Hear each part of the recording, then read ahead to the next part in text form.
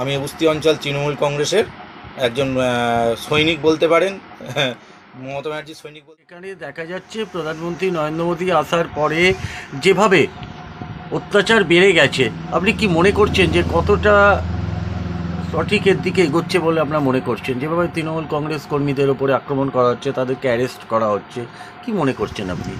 দেখুন, এটা তো বিজেপির ট্র্যাডিশান। প্রতিটা ভোট এলেই ইডি সিবিআই হঠাৎ করে জেগে ওঠে, বিভিন্ন রকম দুর্নীতি নিয়ে তৃণমূল কংগ্রেসের নেতা কর্মীদের ওপরে কী বলে দুর্নীতি হয়েছে হয়েছে বলে।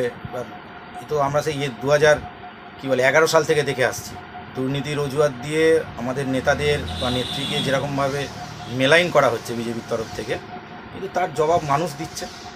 এ নিয়ে আমাদের কোনো নেই যে যেরকমভাবে বিজেপি আমাদের সিবিআই দিয়ে আক্রমণ করুক না কেন, আমরা ভোটে মানুষের কাছে পৌঁছে গিয়ে ভোটে তার প্রতিফলন ঘটিয়ে দেবো।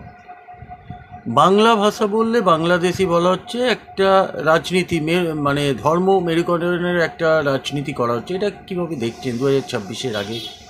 দেখুন, বাংলাকে যত আক্রমণ করবে বিজেপি তত পেছাবে।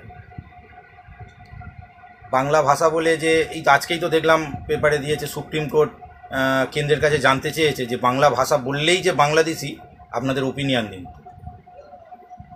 মনে হয় না, ওরা যত এরকম অপমান করতে থাকবে বাংলা ভাষা বলে বাংলাদেশিদের। প্রধানমন্ত্রী নিজেই তো এলেন, তো এমনই আমাদের আর কি নেত্রী বাংলা ভাষাটাকে এমন বাংলা ভাষা আন্দোলন বলে যে আর কি 21শে জুলাইয়ের মঞ্চ থেকে যেরকম ডাক দিলেন, সেখানে তো প্রধানমন্ত্রী নিজে চাপে পড়ে এসে বাংলা ভাষাই তো বলতে হলো। উনি তো নিজেই জয় বাংলা বলে শেষ করলেন, জয় মা দুর্গা বলে শুরু করলেন, জয় বাংলা বলে শেষ করলেন নিজের বক্তৃতা। এটাই তো আমাদের জয়, তৃণমূল কংগ্রেসের জয়। তাহলে অভিষেক বন্দ্যোপাধ্যায় বলেছিলেন যে জয় বাংলা বলিয়ে ছাড়বো, এদিকে দেখা যাচ্ছে জয় বাংলা বলার জন্যে যেভাবে মানে অত্যাচারিত হতে হচ্ছে, কি মনে করছেন আজকে কোন দিকে তাহলে এগোচ্ছে? যত বাংলার ওপরে যত আক্রমণ বিজেপি শানাবে, কেন্দ্র সরকার শানাবে, তত বেশি বাংলা ভাষা বাদ দিন, বাংলা লোকেরা, বাংলার হচ্ছে কি সাধারণ জনগণ তত বেশি একত্রিত হয়ে মমতা ব্যানার্জিকে আগের বারের থেকেও বেশি সংখ্যক সিট দিয়ে ফের ক্ষমতায় নিয়ে আসবে। দেখা যাচ্ছে যে গতকাল দেখা গেছে যে আপনার যেভাবে কংগ্রেস দপ্তর ভাঙচুর করা হয়েছে, তো কি নজরে দেখছেন? কংগ্রেস দপ্তর কারা ভাঙচুর করেছে? কংগ্রেসের লোকেরাই তো কংগ্রেস দপ্তর রাকেশ সিংটা কে? উনি তো কংগ্রেসেই তো ছিলেন, এখন বিজেপিতে গিয়েছেন। সব তো যোগসাজশ আছে, আর কি বলা যাবে। বাংলায় হচ্ছে কি থেকে মমতা ব্যানার্জির বিরোধিতা করে অধীর চৌধুরী কি নিজেকে কি প্রমাণ করতে চাইছেন, একটু ভালো করে লক্ষ্য করলে দেখতে পারবেন। রাকেশ সিং কংগ্রেস দপ্তরে গিয়ে রাহুল গান্ধীর এতে কালিলে পালেন, ওই অধীর চৌধুরীর এতে কালিলে পালেন কেন? ভিতরে ভিতরে কি যোগসাজশ হচ্ছে নাকি বিজেপির সাথে? বিজেপিতে যাওয়ার কি রাস্তা খোলা রাখছেন নাকি উনি?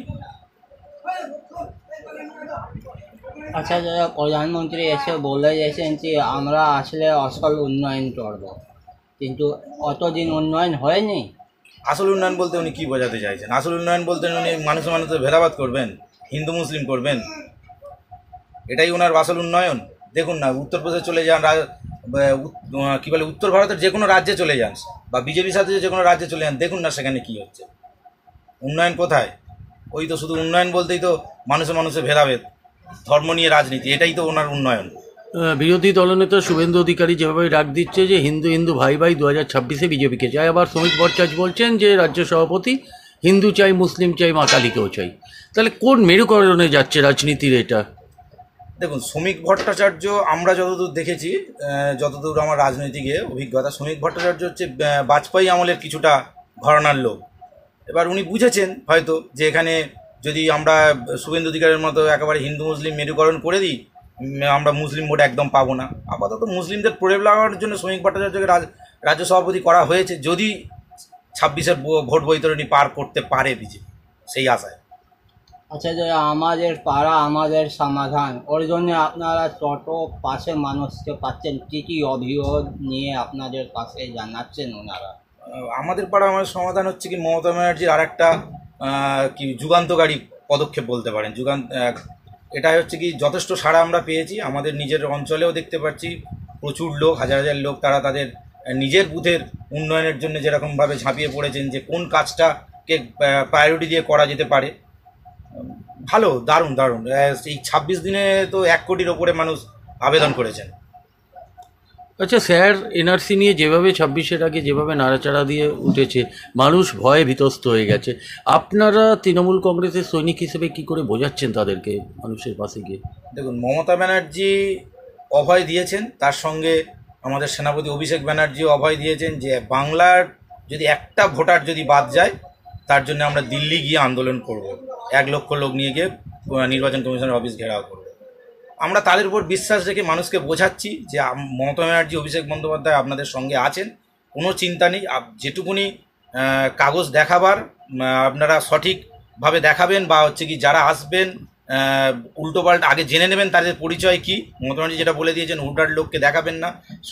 রাজ্য সরকারি কর্মীরা আসবেন, এসআইআর হোক বা যাই হোক না কেন, রাজ্য নির্বাচন কমিশনের দপ্তর থেকে যেসব লোক আসবেন তাদের সঠিক কাগজ দেখাবেন, বা যদি কোনো অসুবিধা হয় আমাদের নেতৃত্ব আছে বা আমাদের উপরে যারা ব্লক নেতৃত্ব বা রাজ্য তাদের সাথে যোগাযোগ করবেন। আচ্ছা, দাদা দেখা যাচ্ছে অনেক পঞ্চায়েতে নল আছে, জল নেই, তো এইখানে এই এরিয়াতে কি পজিশন আছে? নল আছে, জল নেই, এরকম তো অন্তত আমার জ্ঞাতার্থে নেই। জানি না বিরোধীদের কি প্রচারে আপনারা কতটা করেছেন। আমাদের এখানে তো জলের কাজ দ্রুত গতিতে এগোচ্ছে, সম্ভবত ডিসেম্বরের মধ্যেই আমাদের এখানে পাইপলাইনের, এটা যেহেতু পাইপলাইন আমাদের এখানে ছিল না, পাইপলাইনের এটা চালু হয়ে যাবে। এমনি আমাদের টিউবওয়েল তো প্রচুর পরিমাণে আছে। 2026 মানুষের কাছে কি আবেদন করবেন আপনারা? 2026 আবেদন করব এটাই, যে মমতা ব্যানার্জির উন্নয়ন যোগে আপনারা যেরকমভাবে সামিল হয়েছেন সেইরকমভাবেই থাকুন, আমাদের সঙ্গে থাকুন, তৃণমূল কংগ্রেসের সঙ্গে থাকুন, অভিষেক বন্দ্যোপাধ্যায়ের সঙ্গে থাকুন। 2026 যে উন্নয়ন চলছে, এই উন্নয়নটা ধারাবাহিকতা বজায় রাখার জন্য মমতা ব্যানার্জি এবং অভিষেক বন্দ্যোপাধ্যায়কে ফের আমাদের আনতে হবে। আচ্ছা দাদা, আর